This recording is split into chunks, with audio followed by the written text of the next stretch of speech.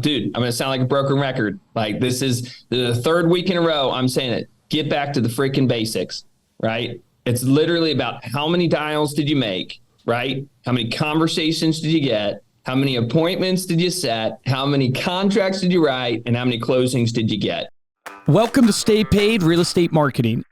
Unlock the secrets of success in the real estate world, where each episode delivers valuable tips and strategies to elevate your marketing game and help you succeed in both life and business. Brought to you by Reminder Media.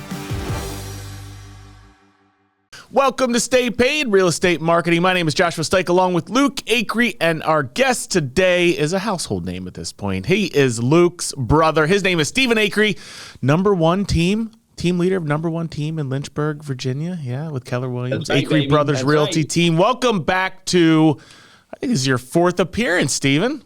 Welcome back, man. Thank you. Thanks for having me back. We must like you. Surprised you brought me back.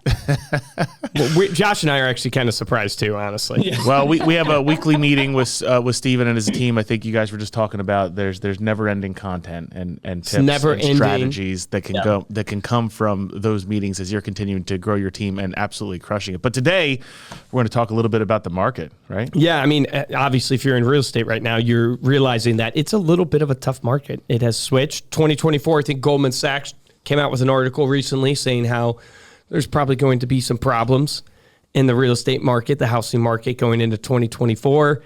But let's talk about what I really want to focus in on is we all know what's going on. It's low inventory, high interest rates.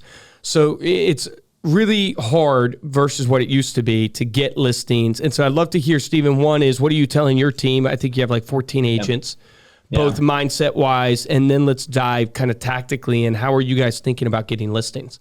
Yeah, I mean, the first thing, like, change the script. Is like, yeah, we're in a low inventory market, but that actually doesn't have to be a bad thing. In fact, it's working really well for our team right now.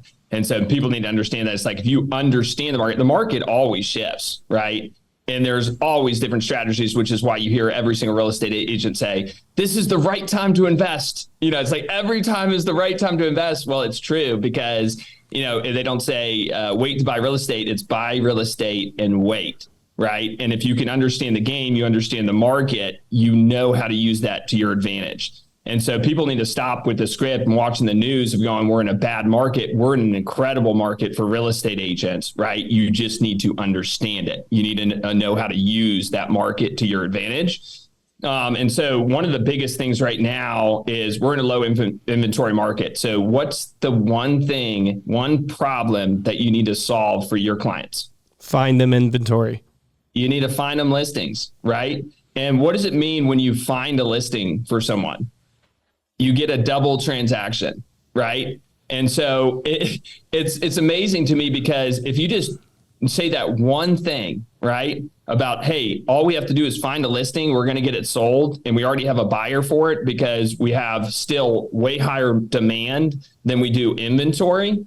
Right there is a huge benefit for you as an agent, right, to utilizing your script. I think right now, and I don't want to go too long without you guys asking questions, but right now I think Ricky Caruth says the best, where it's like, people right now, you're not going to find the people that want to move right now. So just get that off the plate. That's gone, right? You're going to find the people that need to move right now, right?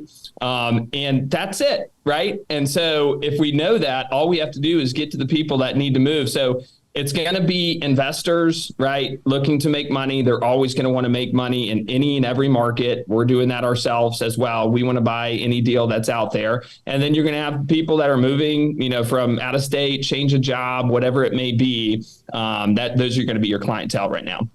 What are the strategies? Like, are you guys finding that you're calling neighborhoods and you're doing like circle prospecting? Or are you finding it's doubling down on your sphere? Like, what are you seeing the dividends come from? Yeah, it's definitely circle prospecting, and it's absentee owners, right? Because absentee owners generally, they don't live at the house. Obviously, it's absentee owner. So if you have an absentee owner, they might be sitting on the property without getting any rental income coming in from that property. They might have inherited the property, whatever it may be, right? And you should be calling those people because right now the pain point is people don't have a place to move, right? So if you're trying to convince someone to move out of their house, they're thinking I've got a 4% interest rate, something along those lines, and I'm going to move to a 7.75. It just doesn't make sense to me. Well, if you have an investor or someone that inherited a property, they're not having to move out of that property and go through all that pain and all that good stuff. They just want to get that asset off of their hands. And so we're highly focused on getting investors, and we're highly focused on circle prospecting, trying to find the absentee owner, which, like, if you can understand it, like, I think we're moving towards 40% of properties are going to be investor owned. That's right? crazy.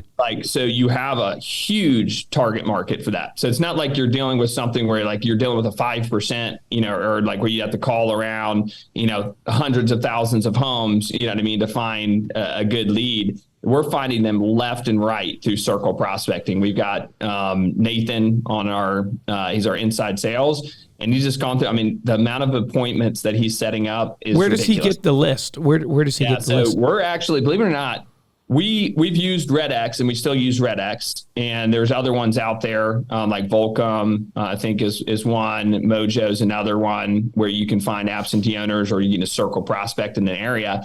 We're just finding them on white pages. Really? We do driving, or we go through a neighborhood and he'll plug in, because the numbers tend to be a lot more accurate on white pages. And I think the pushback on that would be that, that's a lot of data analysis, right, to get to your numbers. But in reality, the pickup rate and, the correct numbers, and the fact that we get a lot of times we'll see the house, right, because we're driving and we see a dilapidated house, we see something with overgrown grass, right? We see someone putting on a roof on the property. We'll input them into white pages and call them. I guess you'd call that circle prospecting, or, drive-bys, or whatever you want to call it. So you're just so I understand, you're looking at recently sold listings, and you are then going and driving around and looking for signs of absentee owners, and then grabbing that address, finding them in white pages. Yeah, So, there's a couple ways to the absentee owners. We buy a list from Pioneer Data Solutions. Okay. And so we have a list of absentee owners, and you can get that from a lot of different data providers. As far as just the circle prospecting goes, like we'll pick Cornerstone, for instance, which is a high rental area, right? A community that there's a lot of renters in. And Nathan will just plug in the address to white pages, pull the person that owns it, and call. Oh, gotcha. And he's set up 3 appointments in the last week here just from doing that. What's the script? Like, what is he saying when he's calling? Yeah, so he basically just goes in, obviously, hey, is this Tom? Yeah, this is Tom. He's got a low, almost country voice. You want to pull back. I was talking to someone that you want to pull back the script on these ones to not come across as super salesy. Okay. And I just saw you own 123 Main Street. It's like, yeah, I own 123 Main Street. Well, hey, I work for a local investor in town, and I saw that you own this house. What's your plans and intentions with this property? We're renting it out right now. And then he goes, well, let me ask you this. If we were to bring you a buyer for your property, would you be open to an offer? So you're not saying, would you be interested in selling? Would you be open to an offer? Would you be open to a conversation? Always the light sell right there. And then once he gets the interest level, he goes, okay, and at what price would you be interested in selling? Right. So then you just like, boom, you just smack them in the face. So usually people are shocked because the market right now, even though inventory sales are down, volume is up. Prices of houses are still up because demand is still higher than inventory. Mm-hmm. And so usually they'll get actually a higher price than what they'll say, which really helps in this market. And that's what I'm talking about understanding the market. Is like, you got to understand that people still have a lot of equity in their property. There's still a lot of moves to make. The other aspect of that is as soon as interest rates come down right now, we're going to be in a wild market. Right? Just because demand is so high and people are going to be now. Because all the people that want to move with a 4% interest rate are going to be able to move, at that point. And so you just have all of this pent up demand. People don't know how crazy it's going to get as soon as interest rates drop down, because we're working. I mean, we probably got 200 people in our showing bucket right now throughout our team, right, that aren't buying yet. When interest rates come down, every single one of them is going to be buying, right? And so this is why that kind of prospecting is so beneficial, because you're not calling for the instantaneous sell either. You're putting people in a pipeline, right? And so it's like you just build up and store up this pipeline of people. And when the market turns good, you have all the market share because you've got all of the relationships that have told you there's some interest in buying. Yeah. Dude, yeah, it's so good. So talk a little bit about just you obviously have agents on your team, right, that you're bringing in. Now, agents, they fail at such a high rate. And so what are you telling your agents they need to do every single day just to keep them in the game right now so they can experience the wild ride that's coming? Yeah, well, I told the other day, I was like, dude, I'm going to sound like a broken record. Like, this is the third week in a row I'm saying it. Get back to the freaking basics, right? It's literally about how many dials did you make, right? How many conversations did you get? How many appointments did you set? How many contracts did you write? And how many closings did you get, right? And I think we have the lack of focus in this industry. It's never shifted, right? The only thing that shifted from in 2020 and 2021 was we were in an incredible market. And so you could raise your hand and then there'd be buyers and sellers, right, knocking at your door. But the basics don't change. You have to call and have conversations. You got to build relationships to people and you got to put them in a pipeline, right? And then you just got to go and solve their problem, what is the problem? The problem is low inventory, which means they can't find a listing, which means that you need to come in every day, check the market, send the listings that came on the market to your buyer, show them you're working, show them you're out there trying to solve their problem, right? And then get on the damn phone and start making calls. And so literally that's what's happening with our agents right now is just we're getting back to more of this is a job. This is not something where you can just do this as a part-time agent. And any part-time agent will be out of the business in the next year. I can guarantee that because you can't beat an agent that is a full-time agent that's out there actually trying to solve people's problem. And then another aspect to that is having a good attitude about the market. And so that's what we're constantly reiterating. This is a great market. As soon as the rates drop, guess what's going to happen to equity? Boom, right through the roof. Right. And so if you have that education, you can share that with every buyer that's buying right now. Date the rate, or what is it? Date the rate, marry the home. Marry the home, date the rate, whatever the saying is. So as soon as rates come down, they can just refinance, right? And guess what's going to happen? They're going to have massive equity in their home. They're going to be the ones that are winning, not the people that are waiting to buy. Yeah, that's crazy. You can tell the confidence. It's amazing watching you over the years, just your confidence because of the knowledge you have on the market and all the different buyers that and sellers that you have worked with. When you say make your calls, right? What are you recommending? How many calls a day? One of the agents on our team is making about 200 calls. Probably average agent's making about 100 calls a day. Okay. Yeah. Yep. And so they're making 100 calls a day. From there, do you guys have any, are you seeing from the 100 calls, how many appointments on average people are getting or? Yeah. So, Tim set up 24 appointments last week. Okay.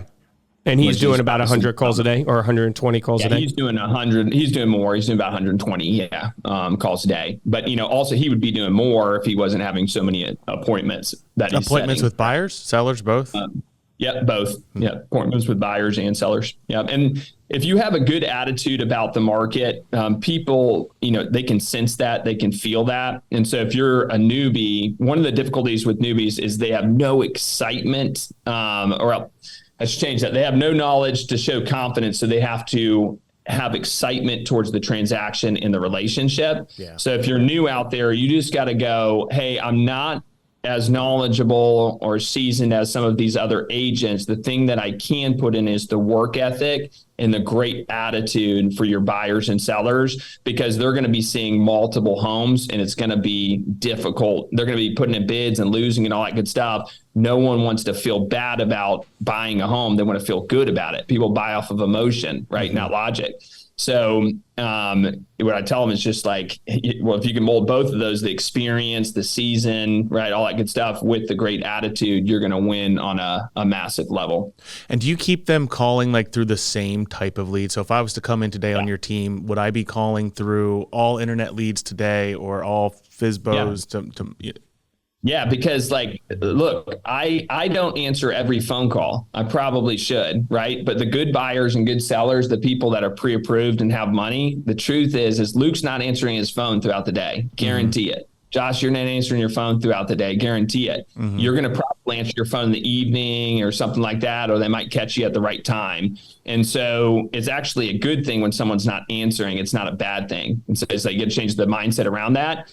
Because like we go through call recordings through Follow-Up Boss with our agents all the time. I sat down with Jake the other day and we're looking at this lead. I've called them and talked to him. Chandler's called them and talked to him. Some other agents have called and talked to him, and he gets them, and they're going to be looking at new builds, right? And so it's a timing thing as well. And so you call through the same leads, you call through new leads, you just make your dials, and you'll see the success. Yeah, I mean, like full picture, like you do a lot of Facebook advertising because we run that for you. Yep. So you're doing a lot of Facebook ads where leads are coming in for your team to call. You have a pretty big sphere. I know your team is calling your sphere, and then we're about 48% sphere for your deals. Amount of deals for you guys is about 48% of your deals. Okay. Yep. So like just giving the full picture for people listening. So you're generating, leads every week. What do you think? Like 50, 70 leads every week? From Facebook? Yep, exactly. Yeah. Yep, coming in from Facebook, what we're doing there. You have your sphere that everybody has in your office. Right. Then you have these absentee owners and kind of circle prospecting that's happening. So those are the majority of leads that you guys are reaching out to. Yeah, and we're solving people's problems, right? And so like if you have like sphere is a big one because you have a ton of sphere that bought even 3 years ago where they have massive equity. One, they may not know about it. Two, they may want to move, but they may not know the price of their home and feel like they can't. And so when we call, we already have a pipeline of buyers, and that's what everyone should work towards, is getting a massive amount of buyers so that you can call a person up and go, hey, I have this buyer that I know would be interested in your home. And I just wanted to see what your interest level, would be if you were to get a good offer or great offer on the table. Would you be open to a conversation about that? Right. And most people are open to conversation. Most people want to know the value of their home regardless. Right. And so it's a massive script when you actually have a solution to people's problem. Yeah, that's really, really good. Yeah. Doing like a CMA a day type call to your sphere. Just to offer them. But I love that spin on it. Basically like, hey, I have a buyer that would be, I know would be interested in your home. Would you entertain, would you be open to an offer? People need to use in this market off the market deals to re-engage with their buyers. That's one thing that we're doing extremely well is because we're a team, we get a network obviously with all the agents that are on our team with listings that are coming up. And I'd say probably about 30% of all the deals we're selling right now are off the market deals. Meaning your agent got a listing, they haven't put it to market yet, and it's going around your team who already has a buyer for it. Yep. Yeah. But even more than that, like I'm showing a house right now for another agent that's a friend of mine that I network with, and he had an off the market deal. I used that one to re-engage my buyers, and we're out. We hadn't seen houses in 6 months. We're out seeing houses again, because of that one off the market deal. So can an agent that's not on a team go to their brokerage and do that, or 100%. Other agents around the area? Yep. You got to be careful. Obviously there's different laws. Usually within your own brokerage, you can sell within your own brokerage with exclusive rights to that client. Okay. You just got to be careful what you do there. Dude, man, this has been fantastic. Really good strategies. What are any closing thoughts for agents as they head in? They're closing out the year right now, 2023, looking at 2024. Yeah. Any closing thoughts?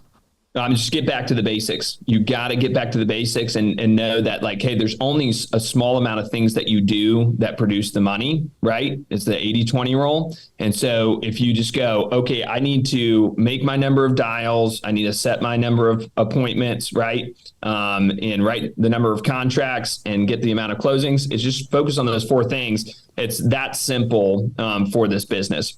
And so I think people complicate it by going to social media, trying to make a certain amount of posts every day, right? By coming in and going, hey, what research should I do to send this person a property? It's like, dude, you've done an hour and a half of research, send the damn property. They're probably not even gonna like it, right? You know what I mean? Like, so I think if we just get back to the basics and go, okay, I just know I need to set a number of appointments, and appointments come from conversations. And so just get back to the basics. Love it, that mentality. Before we close out, Steven, anything you want to plug, or how can people follow along with your journey and get connected with you? Yeah, well, one, you can reach out to me. I'd love to talk to anyone. We're recruiting pretty heavy too. So if you want to be a part of this team, reach out to me. Number's 434-607-2976. You can find us on Instagram at Acree Brothers. So look us up there. We'd love to have you follow along with our journey. We're constantly growing too. And then you can email me too, Steven@acreebrothersrealty.com. Love it, man. As always, thanks for jumping on the podcast. Give us an update on not only your team, man, but the market and how agents can survive, not only survive, but thrive in today's market moving into 2024. Thank you all so much for listening. You can dive deeper to this episode, get the show notes and Steven's contact information that he mentioned over at staypaidpodcast.com. And if you enjoy this episode and want to show your support, head on over to Apple Podcasts, drop us a 5-star review. Check us out on Spotify as well. If you haven't, we have polls and different questions and things that go up now on Spotify. You can find those in the show notes. If you're looking at the episode, you can just scroll down and see maybe some polls or questions there that you can engage with the show with as well. And the best way to show your support is to simply share the podcast with someone that you know. If you want to get hold of me or Luke, you can email us at podcast@remindermedia.com. And you can follow us on Instagram. We are at Stay Paid Podcast. For this episode of Stay Paid, I'm Joshua Stike. Guys, I'm Luke Acree. Steven, amazing as always. Really, really crazy, man, to see how far you've come over the years. Remember you when you were like 10 years old.